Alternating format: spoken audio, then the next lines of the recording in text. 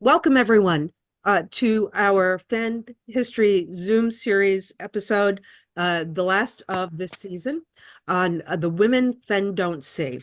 Uh, I'm Edie Stern, the FANAC webmaster, your disembodied voice of the day. And joining us today are Leah Zeldes Smith, Kate Heffner, and Claire Brialey. Before we get started, I'd like to tell you a little bit about them in case you don't know them. And so let's begin. Let's do this alphabetically. Claire, start with Claire Brialey. Claire encountered fandom in her early teens, in the mid-'80s, after having read science fiction for 5 or 6 years. She's a fanzine fan. She's co-editor of Banana Wings, as well as having won the 2011 Best Fan Writer Hugo. She's a former president of Zappa and a con runner, up to and including the WorldCon level. She's worked on clubs, fan funds, and awards administration, and she is one of the guests of honor of this year's WorldCon in Glasgow. And she still enjoys reading and watching science fiction. Claire, thank you for coming today. To be here. Next, let me introduce Kate Heffner. Kate is a PhD researcher at the University of Kent in England in the Department of History, an adjunct faculty member in the School of Library and Information Science at the University of Iowa. She's completing her dissertation titled A Fanzine of Her Own, FemFans in the Post-War Era. She is the recipient of the 2022 Peter Nichols Prize for Best Essay and a former judge for the Arthur C. Clarke Award.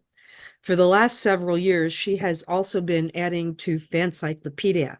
So thank you very much for that, Kate, and thank you for joining us today. Thank you for having me. It's an honor to be on this panel, and I truly appreciate this. Thank you so much, Edie. And finally, we're glad to have you. Finally, Leah Zeldes Smith. A retired journalist, Leah has been an active fan for more than 50 years, although you could not tell that by looking at her, since she was a young teenager. She's a fanzine fan, and her zine Stet was nominated for the Best Fanzine Hugo 3 times. She's a Duff winner in 1993. She's been involved with APPAs, clubs, and convention running. Her involvement in documenting fan history goes back decades. She has also been a mainstay of Fancyclopedia and has added thousands of articles and updates to the site. So thank you, Leah, for all the work that you do, and thank you for joining us today. Well, thanks for having me. Thanks. So what we're going to do today is we're going to start by talking a little bit about this panel and why this panel is happening. And then we'll get into more specific people and talk a little bit about them. So Leah, this panel was put together based on your suggestion. Can you talk a little bit about why you think this is an important topic? A few years ago, I wrote an article with the title that this panel has, and it was actually based on a discussion that started in the Facebook fan history group. In fact, Catherine Crockett posted saying that she was tired of the erasure of early femfen, that there was this prevailing idea that, there weren't any women in fandom before Star Trek, or there were hardly any, and that wasn't true. And so some of us started brainstorming a list of people we knew who had been active before then. And I kept thinking about it, so I started going through convention membership lists and fanzines and other material that FANAC has online, and started making a list, which is far from complete, but is still more than 600 women now posted on Fancyclopedia. And it just bothered me that there were all these women who people didn't know about, that they who had been forgotten.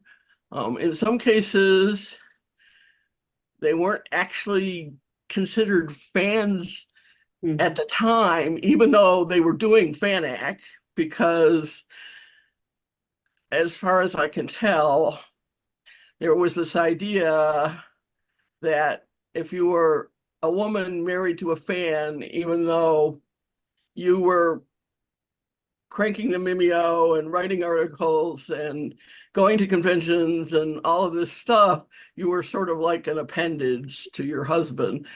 I don't think that was entirely the case, but it certainly happened more than once, and more, and if you read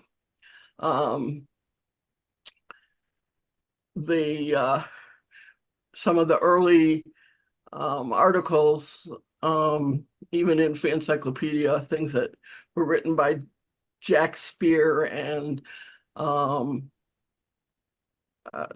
others, Sam Moskowitz, some of the people who were the foremost historians of fandom, that was kind of their attitude about women. Part of the thing was that a lot of the idea of when male fans were complaining that there weren't enough women in fandom, they weren't looking at married women. They were looking at available women. And there were fewer single women, that's true. But there were actually a number of single women, and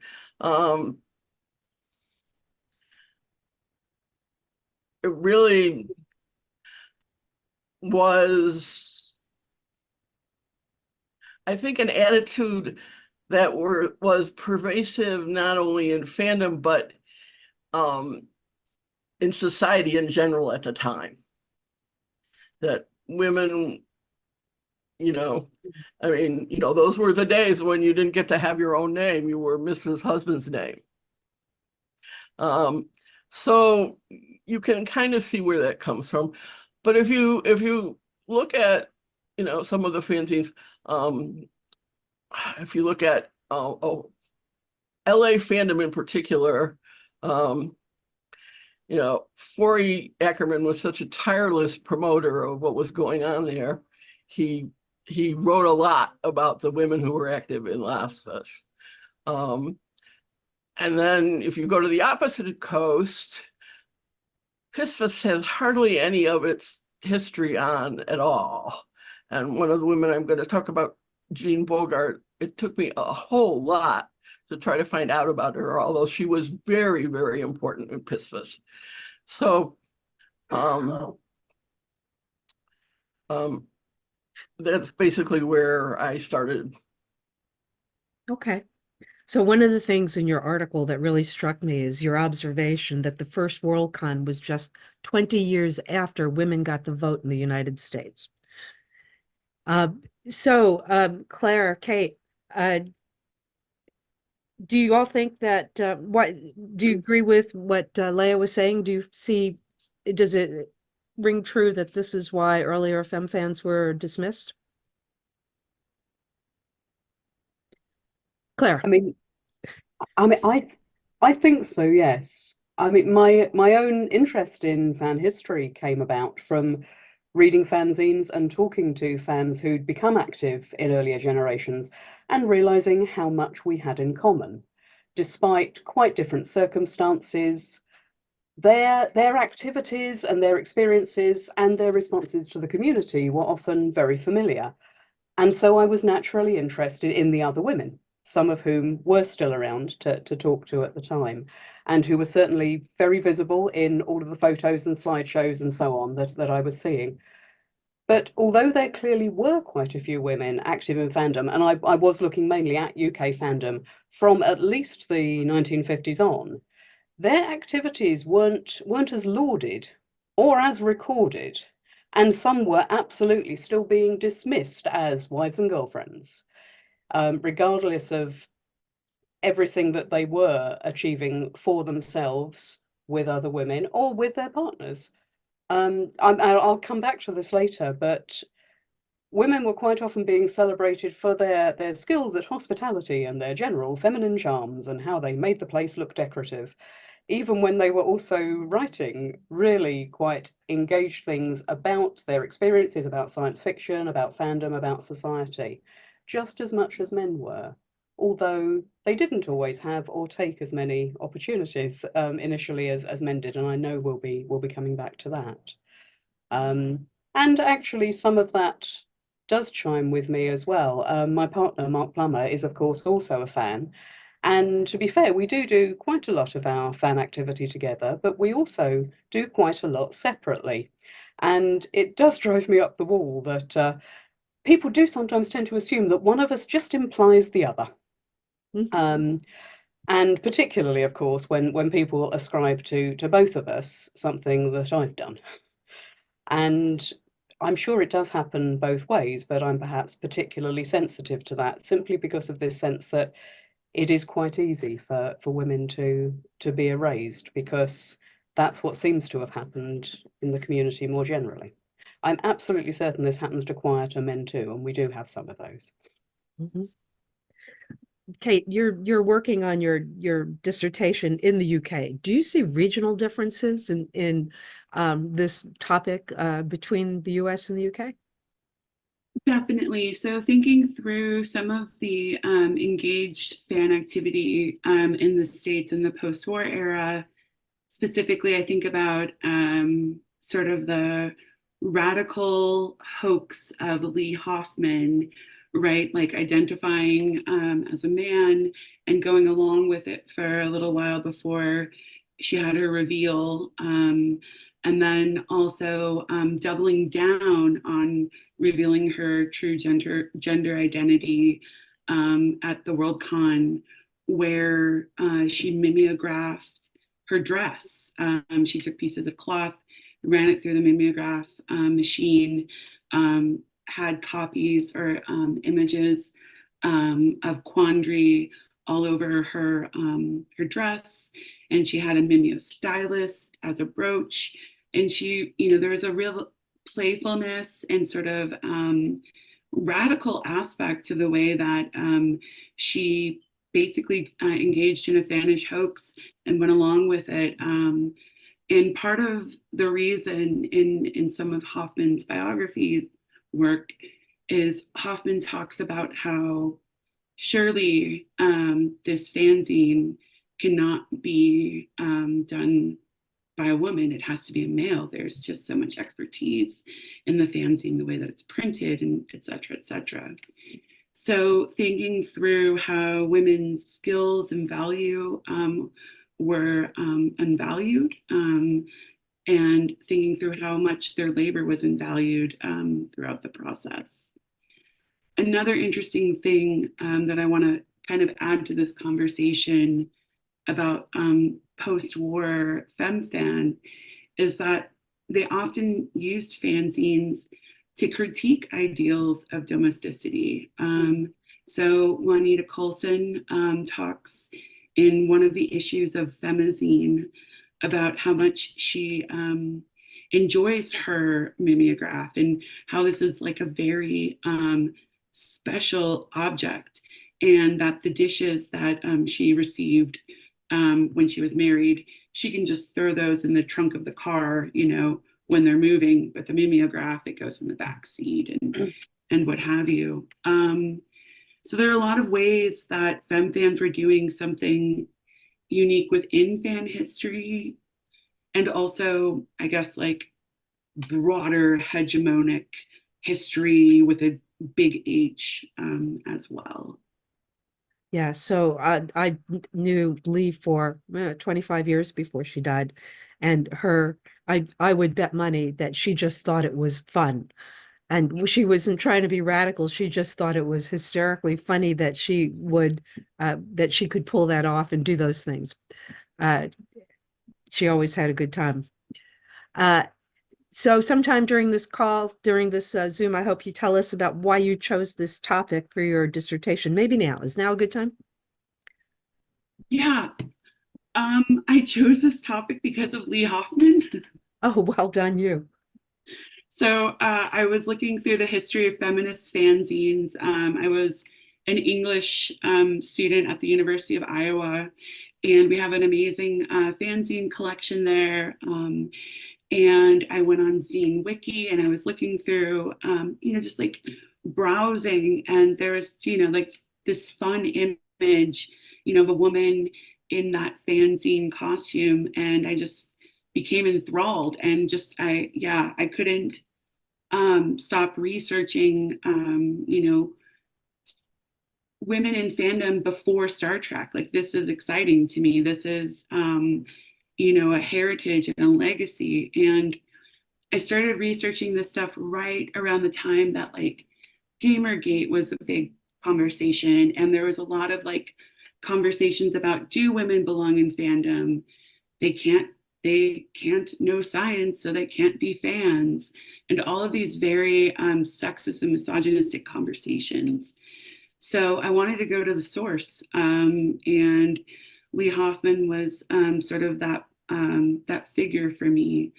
In England, where I'm doing my PhD, I saw some of the same sort of satirical narratives in Femizine, with Ethel Lindsay, and gender hoax stuff with Femizine, which I'll talk about a little bit later. But yeah, so I'm just so touched that you knew Lee Hoffman. Oh. I'm a big fangirl of her. So. Yeah, we'll talk later. I'll tell you how she taught my cat to fetch.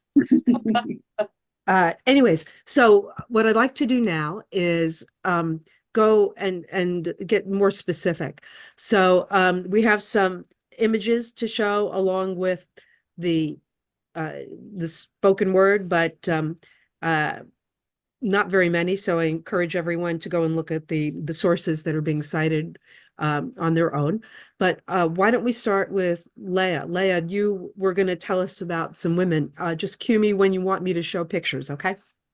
Okay, well, I'm going to start with briefly with Trudy Kuslan, and you can show her picture. She is, as far as we know, the last living member of First Fandom. She became active in the 30s, along with her brother Lewis. But she did a lot of fanzine publishing. She went to conventions. She was part of a somewhat infamous hoax, the suicide, which was a band by the name of Earl Singleton, with whom Trudy was romantically involved. Got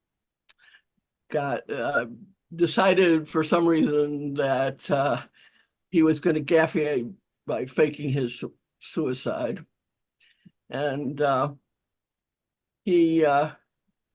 he did that, and she sort of supported it by having a that's her fanzine. She had a kind of, and that's her with Bob Tucker, and but she was active in FAPA up through the 70s, and as far as we know, she is still alive today, although no longer active in fandom. But she was an example at the time of a single woman who was active in fandom, although she did do a lot of her activity together with her brother Lou. When I was talking earlier about the married women who did not get the kind of credit that maybe they should have. One of those was Jane Tucker. She is all but totally forgotten. And she was, in fact, Bob Tucker's first wife.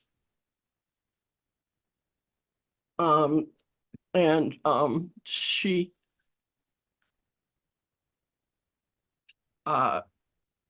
worked on the 1939 yearbook together with Bob and a couple of other fans.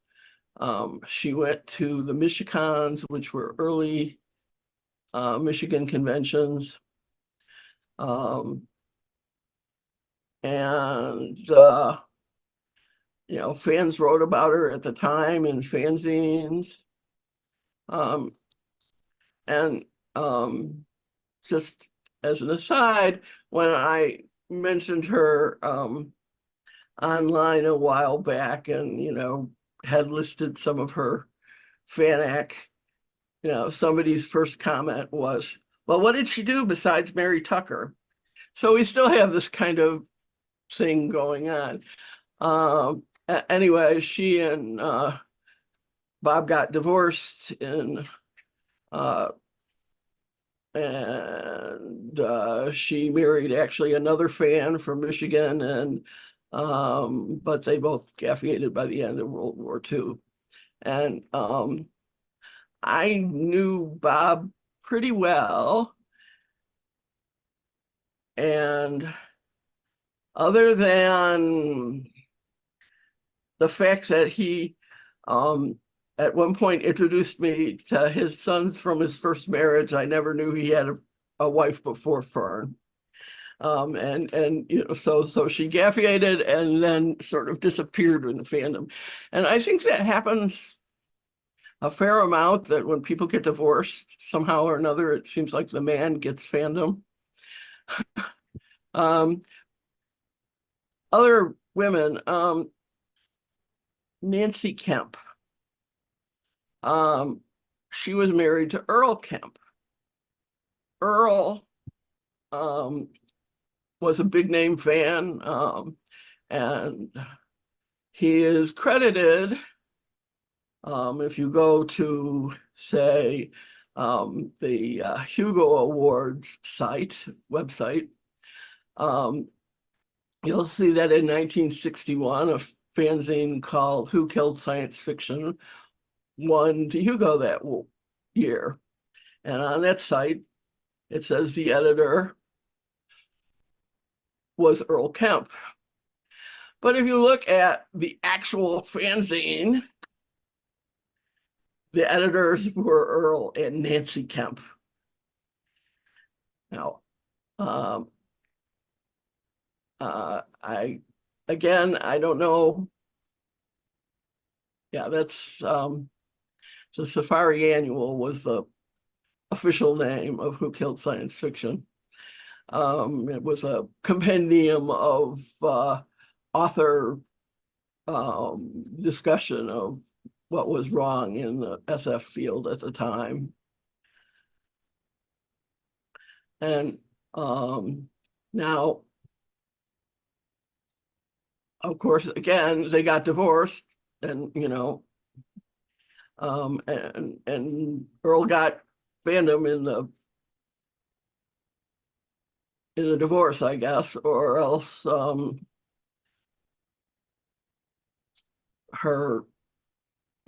she was too busy. They had kids, and maybe she was too busy raising them. You know, one of their sons, Earl Terry Kemp, is still active. And another case like this is Frances Swisher. The Swisher Index is a very famous publication. I'm trying to think about, when did that come out?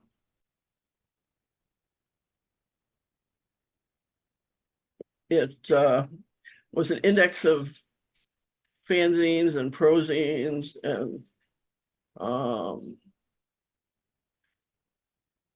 and again, most of the credits you see in directories and so on are for Robert Swisher. But both Swishers are credited in the fanzine itself, and Frances was at the first World Con. She tried to keep Sam Moskowitz from kicking the Futurians out. She was very active in the Stranger Club.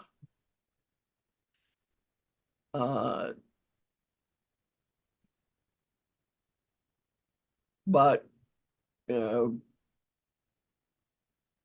she's all but forgotten.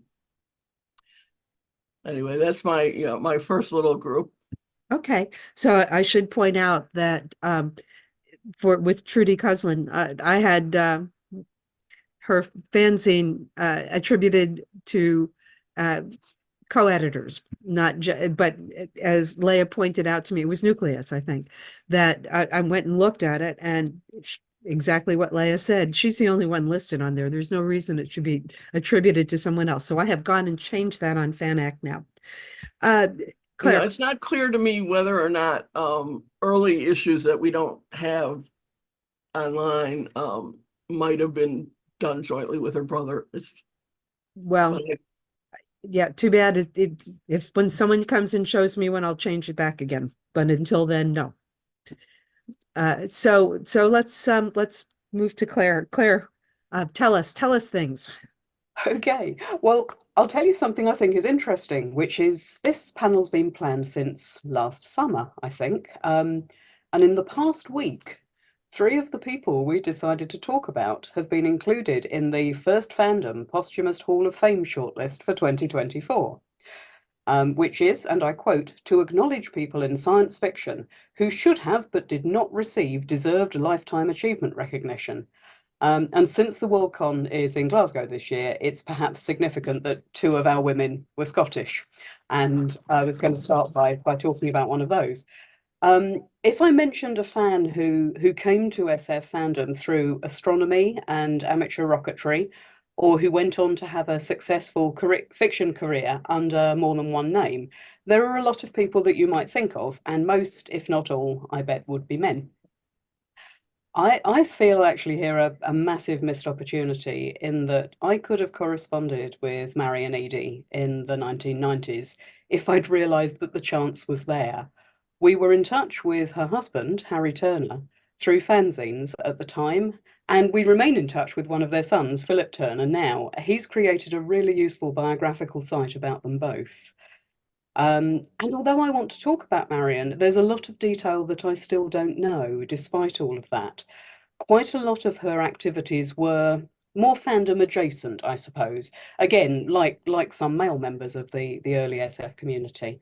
But she's still got a good claim to be the first active female fan in the UK, and also one of the earliest active fans that we know about from Scotland. She grew up in Glasgow, although she and Harry spent most of their married life together in the Manchester area.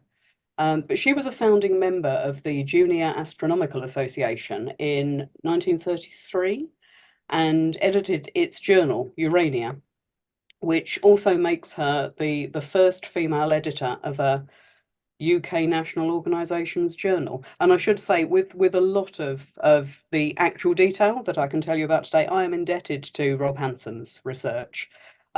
Most recently, I think Generation Femizine, which is a really, really interesting collection. But quite a lot of work generally on earlier British fans. Although I know Rob will tell you that he's also still finding out new things about many of his subjects, and adding to what's going on. But Marion contributed to fanzines, mostly poetry and fan fiction in the fiction about fans sense, rather than the more transformational response to SF that it tends to mean now. And certainly with the early issues of Zenith, which went on to be absolutely credited to Harry Turner, they were co-publishers, they were co-editors of that. And she also sold stories professionally. She wrote for Tales of Wonder, And from the 1970s, she wrote girls' fiction and comics under the name Fiona Turner, which is also very relevant to my interests. It's entirely likely I read some of her non-SF stories without ever realizing this was someone who'd been an SF fan and writer.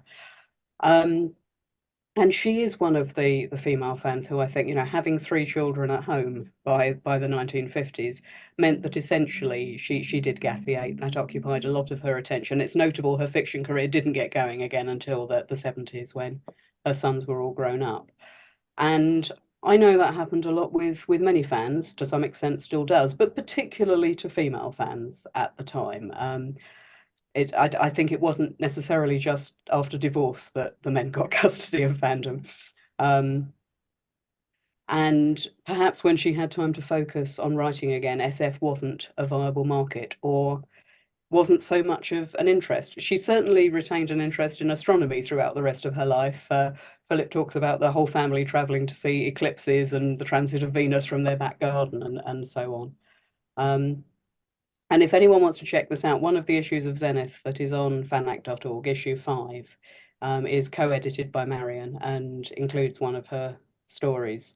And Philip Turner also published a collection of Marion's writing in 2016. I just wish very much that I'd made the connection over 25 years ago and written to ask about her early experiences in fandom.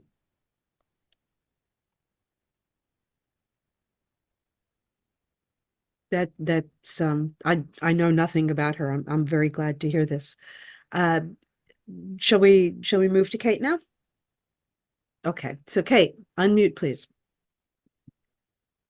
Awesome. Marion Eady is so fascinating to me. Thank you so much for that. I read through a bunch of Urania not too long ago. So I guess one of the first persons I'd like to talk about in this time is Daphne Buckmaster. So Daphne Buckmaster was a femme fan who contributed work to Femizine, and in one of the articles that she submitted to Femizine, the title of the article was "I Dipped into the Future." Daphne Buckmaster within Femizine wrote a column from the future to inform fans about certain domestic trends that would happen in space. And some of the things that she focused on were things like what space women fashion was like, how one would cook for, in a spaceship and use zero gravity to proof bread. Some of the columns that she wrote for it within Femizine, specifically this one, it feels like she uses definitely a more sort of satirical tone in her writings, where she's countering some of the domestic science magazines and, Better Homes and all those sort of magazines that were really strongly in favor of domesticity. Another interesting thing about Daphne Buckmaster was that in 1960, she, here, let me back up a little bit and give you a little bit of more history of Daphne. Daphne began reading science fiction at age 11. She was reading Wells and other books within like science fiction fantasy genre. She didn't start reading pulp magazines until later, until after the war. She discovered that after picking up some pulp magazines, specifically British imprints, she discovered that they were having meetings at the White Horse, which were about 5 minutes away from her work. So this was like a delightful discovery for her. She wanted to attend these meetings, but she was really very shy. And so she got her brother to come with her to go to one of the White Horse meetings, but he was also very shy. So they both went to the pub and turned around and left. It wasn't until there was WitCon in 1948 that they both went and attended. They, were able to meet some of the folks like within British fandom. One of the things that she remarks about meeting other science fiction fans at the White Horse was that, and I'll read this directly. The first is that sometime during the evening, one of the men approached me and asked if I were enjoying it. I replied that the trouble was that there were so few women to talk upon, which he immediately answered that was his trouble too. From what I can remember of his appearance, and even more from the content of his remark, I now believe that this was none other than Ron, although I was not able to meet him again until a year later.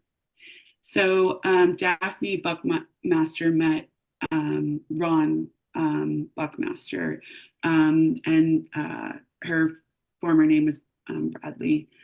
But Daphne met Ron Buckmaster, and they married, and they became sort of a fan couple. And I think that it's interesting that she wrote for Feminazine about some of these like domestic issues in the 1950s. She was very much a part of science fiction fan culture in England. And from like her fan engagement and critiques, in 1960, she wrote a letter to Vector, and this is Vector number 10, which was basically sort of she charged the editors of Vector to get their stuff together. Vector was being published late. It wasn't on a particular printing schedule. All of those issues that fanzine folks understand about, sending out late issues, et cetera, et cetera. So from this letter to the editor in Vector number 10, there was a sort of explosion of comments about, should Vector be a fanzine? Should it be a more Circon? Is it a journal? What is the movement of BSFA? And although there had been other commentary in the past, I believe Rob Hansen mentions Vector number 8. I argue that it was really Vector number 10 where Buckmaster got in there and argued very passionately for to have a more unified BSFA system. Another thing that I do want to mention is that her sister-in-law was Pamela Bulmer, who wrote a very impassioned sort of manifesto-like article called A Call to Arms. And Pamela Bulmer, it was in one of the 1952 issues of Feminazine, where basically Bulmer argued that women within fandom were excluded, and that they were inundated with housework. They were perpetually brewing tea for men from fandom, and their contributions were dismissed or belittled. And in this, in this call to arms, Bulmer argued, united we stand, together we're strong. Let them brew the tea whilst we besmear ourselves with ink and swear words, producing the gems of wisdom for which we are justly famed. We claim our rightful place in fandom. And to me, this call to arms is just so special, so significant, because we think about where we are in our current historical moment and how there are somewhat similar conversations going on in fan spaces, even today. So that's my show and tell. There's more information out there about Buckmaster and Bulmer. I just wanted to give like a few little tidbits. Thank you, Kate. The call to arms does resonate. Leah, do you want to tell us some more?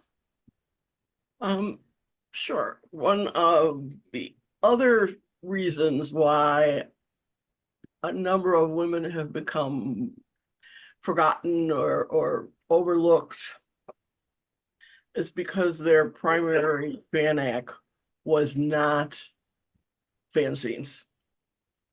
And given that we do a lot of our research based on old fanzines, to some extent convention reports in old fanzines. So there's this whole group of women who were club fans, and they were active in their clubs and not necessarily very well known outside their local area. An example of this is Helen Finn. Helen was the first director, or not the first, but the first female director of Lasphus. Director was what they called the president in those days, in 1941.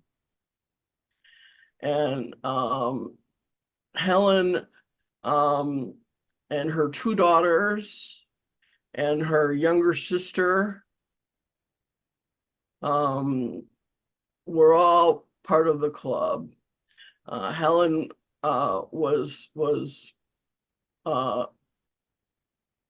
virtually swept into office, is the way Forey Ackerman put it. Although she didn't last very long because the group of fans moved to, the family moved to Washington briefly for unexplained reasons. But there was also some kind of feud in Lasphus is prone to having. And one of her daughters got kicked out of the club, and one of the few people who was not part of Death Will Not Release You. And so the whole family quit. But then the odd thing is that they met, either all of them or at least Helen went back to California and started attending Lasphus events again. And she died. And there are no references to her death in fanzines, which is kind of interesting. In July, she was, no, she died in July. In May, she was at a Lasphus event, which was mentioned in the August issue of Shangri-La Affairs, the Lasphus club zine, but there's no reference to her death. And I poured through things and I can't, we found her death information, in government sites, Social Security, the California Death Index, but we haven't found, and it's a mystery given that, she seemed to have been fairly important to Lasphus, why nobody wrote about her death. There's a lot of sort of weird gaps in fanzines, things that you think somebody would have written about that they didn't, and other things that they wrote about that you wonder why. But and another club fan who was really important was Jean Bogart, who was an officer in Pistis, the Philadelphia club, and she started attending conventions in the 40s, and she was still active in fandom up through the 1980s, as far as I can tell. And I came across, a reference to her, and I thought, wow, here's this person, and after a while of doing research and not finding out anything much, about her, I started wondering, well, is she really a man? That's why nobody's commenting on this, active fan. But And finally, I came across a con report by Leslie Crouch, who was a Canadian fan of somewhat scurrilous reputation. And he wrote about her, and then from there I found a few more things. But the thing is she was important to this in Philadelphia. She was important to the club, but people elsewhere maybe didn't know that. Yes, she did, Maggie. She wore her name badge in her hair. She was kind of short. I can use, if you look at pictures. If you go on the page that on her fancy page, there's a link to one of the pictures of her wearing her name badge in her hair, which, you know, strikes me as a place to put it if you don't want, you know, people staring at your boobs. Anyway, but, you know, she wasn't, according to her anyway, she wasn't very attractive. I don't think she ever married. And male fans sort of ignored her. On the other hand, for attraction, we have Lois Miles. Lois Miles was later Mrs. Jack Gillespie, the Jack Gillespie, the Futurian. But the interesting thing about her is that she came to Sinvention and with a bunch of other fans, she wore a costume, which was kind of very risque for the time, I guess. And that caused a whole bunch of male fans to totally discount her, as if, you know, they assumed she knew nothing about science fiction. Now, I will say, you know, her boyfriend was Dave Kyle, who was a known stirrer. So a lot of people maybe didn't trust something related to Dave. But the attitude was like an early Fake Geek Girls, like, you know, however, the people who actually talked to her realized that she was knowledgeable about science fiction. She was actually active in the Hydra Club in New York and became secretary of it. So, you know, just because she, you know, wore you know, a costume that showed a lot of skin didn't necessarily mean that she didn't know anything. But that was sort of the attitude, was, you know, why would she be here? Why would somebody who looks like that be here at our convention? And they also were not happy about the implications of Cheesecake Model promoting science fiction.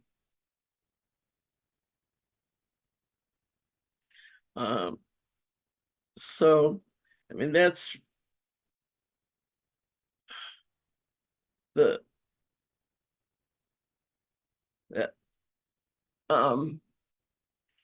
and sometimes I think people were forgotten.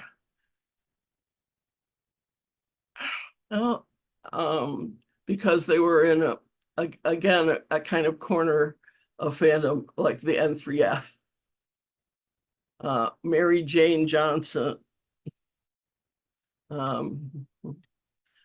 she was called Janie, was a woman with severe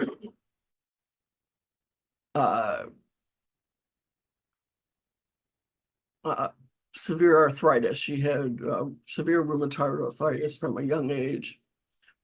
But she found the N3F and became very active there and wrote a a lot for its fanzines and corresponded with people, even though she had to type by using 2 pencils on her typewriter because she didn't have a better way to use, because her hands didn't work very well. And she was so popular. Now, at the time, the N3F was a much more influential group. People were, most well-known fans at the time belonged with some level of activity. But she was so popular that a whole bunch of fans put together a special fund for her to bring her to CCon, which involved having, she was in a wheelchair, and John and Bejo Trimble actually went to her house and convinced her parents to let her come.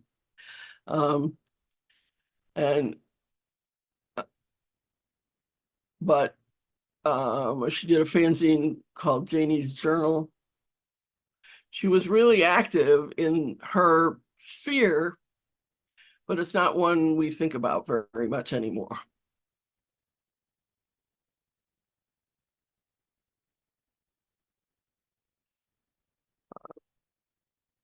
So that, the whole club thing is a part of fandom that hasn't gotten, except for Lasfus, and they're kind of, they had great history on their webpage, but then it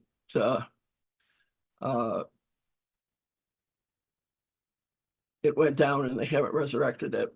But there's really not as much club history around as I would like. So this is the part where I jump on and make a pitch to the people that are attending this Zoom. If you are part of or have been part of a science fiction club, please look on Fancyclopedia and see if the entry is full and robust and accurate. And if not, help us fix it. Otherwise, then people won't know in the future. And, Leah, I would also wonder if people that did convention running back in the day but didn't do fanzines would be a little bit overlooked now, because the only artifacts that they've left are program books. That's perhaps true, although the early conventions were smaller and few and far between, so it was maybe easier to make an impact on con-going fandom in those days than it is now. I will also just take a moment, speaking of con-going and other fans, today, in fact, while this Zoom is going on, is John Stopa's funeral. And so I wanted to say a few words about Joni Stopa, whom I'm guessing many of you in the audience out there knew. That's John and Joni. They were kind of the power couple of the Midwest, of Midwestern fandom for many decades. And Joni became active in the 1950s as a letter hack and a fan artist. Kitty Doyle was her name then. And then she was later Joni Cornell, and then when she married Joni Stopa, and they both changed their spelling of their names to match, which I think is cute. But Joni with Bejo Trimble was one of the people who created the modern art show. She was part of Project Art Show. She also was really influential on masquerades. And in fact, the first work I ever did on a Worldcon was helping Joni with the masquerade at ChiCon in 1982. But yeah, and they ran a semi-invitational Relaxicon every 4th of July at their home in Wilmot, Wisconsin, which was actually a ski resort because that's what John's family did. And they were involved with starting WindyCon, which led, in fact, to there being Worldcon in Chicago after a while.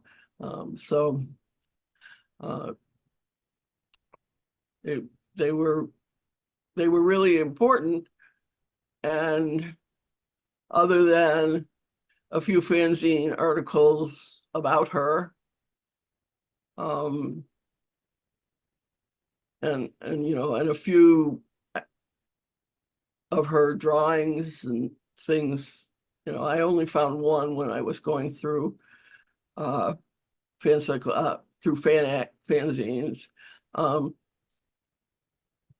I think it will be hard for, to me, she was really important. She was, a BNF when I got into fandom. But, I would bet a whole lot of fans today, and even older fans from elsewhere, didn't know her. Thank you for making that hard choice to come to the panel instead of go to the funeral. I know he was close.